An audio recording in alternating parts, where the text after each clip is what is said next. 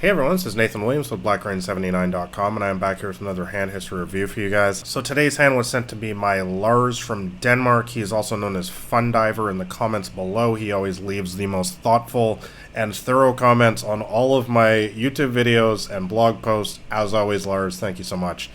In this hand, Lars told me that it's going to be more of an advanced hand. Where Lars is going to be demonstrating how to run a bluff at the micros in particular. As you guys can see here, we're playing 1 cent, 2 cent. I believe this hand was played on PokerStars Zoom. So anyways, let's just jump right into the action here. So it folds to Lars in the hijack there, and he's got pocket 10, so it's going to be a standard open, of course. He chooses 3 times the blind, which is pretty standard in any game these days. And it folds to villain 2 in the small blind, who comes in for the 3.5x 3-bet, pretty standard amount. Before I move any further along here, let me jump right into the HUD data that Lars gave me for this guy. So Lars told me this guy is a 14-11-2, that is VPIP, PFR, and aggression factor, and he has an overall 3-bet of just 4. Now, once again, if you guys don't know what these mean, these are HUD stats. It's basically data that you've gotten from playing against these guys, and you can use a program like Poker Tracker to put this information on your screen. If you want more information about how to get these numbers on your screen, there's a link in the description below.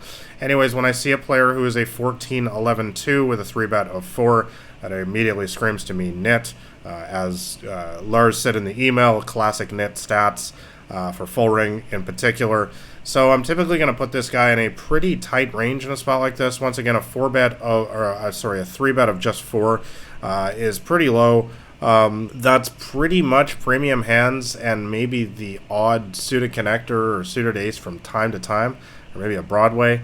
It's largely just going to be ace king, ace queen, ace jack suited, aces, kings, queens, jacks, tens, nines, maybe eights, maybe a king queen suited, and maybe from time to time like an 8-9 suited. I mean, it's a pretty tight range. So I expect him to have a pretty strong hand, but of course we have a pretty strong hand as well. And the other thing to note here is we have position in this hand, something I talk about all the time on my blog and these videos and my books. That is vitally important. It's one of the biggest keys to success in poker, is trying to play as many hands in position as possible. So villain 3 does make the fold, and Lars decides to make a call here, which I think is definitely, like I just said, in position with a hand this strong. I think definitely making the call here is the right decision. I don't like 4-betting here for what should be pretty obvious reasons. Again, we're just talking about how narrow this guy's range is. I think if we 4-bet here, we're really only going to be getting action from the top end of that range, which absolutely crushes us, of course. The aces, the kings, the queens, the hands like that. And we just get him to throw away his, pocket 8s or his 9-8 suited, which he has once in a blue moon, and we don't want him to throw away those hands. So I really like the decision to just call here, and we go to a flop. So obviously it's a pretty good flop with the deuce 7 with 2 spades. You got the backdoor spade, I guess, draw as well there. But it is important to note that this is something that I see, a mistake that I see a lot of micro stakes players making, is they have a hand like this, like pocket 9s, pocket 10s, and they get a flop like this where they got a nice overpair. But you got to remember, guys, that it really doesn't change anything. If he has the hand that he's representing, if he has the aces, the kings, or the queens, it doesn't matter that we have an overpair here because he has a better one. So it's always important to keep that in mind. Yes, this is a good flop for us. It's not ace, queen, 8 or something, which would be, of course, a bad flop for us. But we always have to keep in mind that we're still playing against a nit here, a very tight player, and we have to respect that range that he can have a higher overpair in a spot like this. So let's just see how the action plays out. So the villain 2, the nitty guy, once again, tight poker player, he comes out for a half pot C-bet, which is pretty standard these days in a 3-bet pot. In a spot like this, for me personally, I think it's kind of similar to pre-flop. I think I'm probably just going to be calling here most of the time. I don't really see a great reason to start raising in a spot like this, because once again, I think it just gets us action from all his aces, kings, queens, jacks, and he throws away all his ace-king, his ace-queen, and stuff like that. And Lars agrees, so we go to a turn. Okay, so very interesting turn there. It obviously creates a situation where there's two possible full houses. But the thing is that, you know, we don't really expect him to have too many sevens in his range, and I really don't expect him to ever have a deuce in his range, so this is kind of one of those awkward situations where it's almost like a game of chicken, like who we both. I think he knows that we probably haven't hit that board, and we know that he hasn't hit that board. So it's kind of like who has the best overpair or who is willing to push the hardest with their ace high. It's one of those kind of interesting situations. So let's see what he does first. He decides to actually just check in a spot like this. Well, for me personally, I think that there's no question that I'm just going to be making a bet in a spot like this. I really don't see any point in just checking behind and allowing his ace-king or ace-queen to just spike a nice little ace on the river there for free. So, actually, Lars decides to check behind there. Interesting. I haven't reviewed this hand before I hit record, so I'm just running through this as it goes. I would probably bet there. I don't really see... I understand that his range is tight and everything, and you know, yeah, you could have the aces, kings, queens, but I think we're just giving a free card to a lot of overcards there. But it's definitely not the worst play in the world. Definitely under-reps our hand in a situation like this. He's definitely not going to expect us, I don't think, to show up with pocket tens on the river very often. So, actually, the river does come an ace, interestingly enough. So let's see what villain 2 does. He comes out for a very, very tiny 30 cents. Like it's like just over 1/3 pot. So when I see a bet like this strikes me as a blocking bet, a type of bet that just kind of wants a cheap showdown. It's possibly a weak ace that's just trying to get a little tiny bit of value in a spot like this.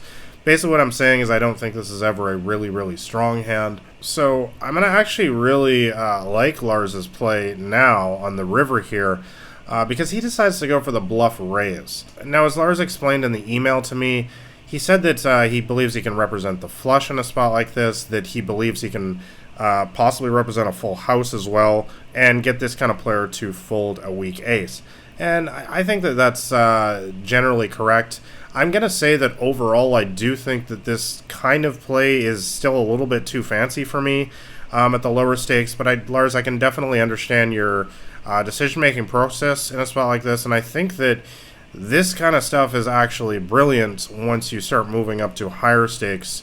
I do like your thought process overall, and I think that this bluff probably actually will get through quite a lot of the time. Because like I said, when I see those little weak bets on the river there, that typically is just a weakish hand. And with a nitty guy like this, you know, he's going to be looking down at his ace-queen and like, oh, I can't call here.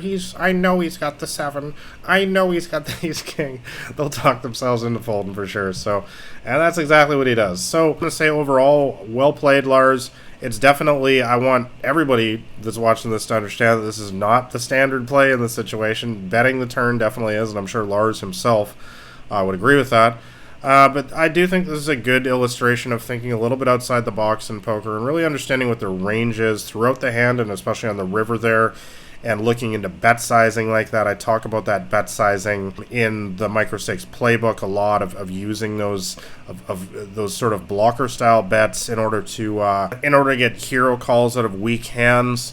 But now Lars is taking it a step further and saying, okay, well, we know that he's not strong, so let's bluff raise, or it's not technically a bluff because we have pocket tens, but it's a spot where we don't believe that pocket tens is the best hand here, so we're turning pocket tens into a raise. It kind of actually doesn't even matter what we have on the river when we're just analyzing his range there. When he bets that 30 cents into 84 cents, we're putting him on a weak ace, so our hand almost doesn't matter at that point. So I do love the thinking that Lars taking that a step further and saying, okay, well, I believe that if I raise here with any two cards, he can't call. And as we saw here in the results of this hand, that was 100% correct. So anyways, thanks a lot for sending me this hand, Lars. Super interesting. Again, I do like it when people send me more advanced stuff like this, where they're thinking on a deeper level. I know that Lars plays a lot higher stakes in this as well often, so I think that a lot of my audience can learn from stuff like this. However, I do want to be very, very clear that this is not something you need to be doing all that often, if ever, honestly, at like NL2, NL5. This is the kind of stuff that you want to really start working into your game when you get to maybe NL10, NL25, and higher, where you're playing against more higher level thinking opponents. But it is good to be thinking about this stuff and just learning to think about the game on a little bit of higher level. So thanks again for sending me this hand, Lars. As always, I want to know what you guys think about this hand. I'm sure there'll be a lot of comments on this one because it's a super interesting hand, the way it was played especially. So let me know your thoughts on this poker hand in the comments below. And if you enjoy watching microstakes hand history reviews like this, make sure you give this video a like and also subscribe to my poker channel if you want to continue to see these videos that I'm putting out roughly every single week. Lastly, make sure you download a copy of my free poker guide. It's called Massive Profit at the Micros. It's a 50-page little free ebook. I'll give you my complete strategy on how I beat these stakes. So thanks a lot for watching, guys. It's been Nathan Williams with BlackRain79.com.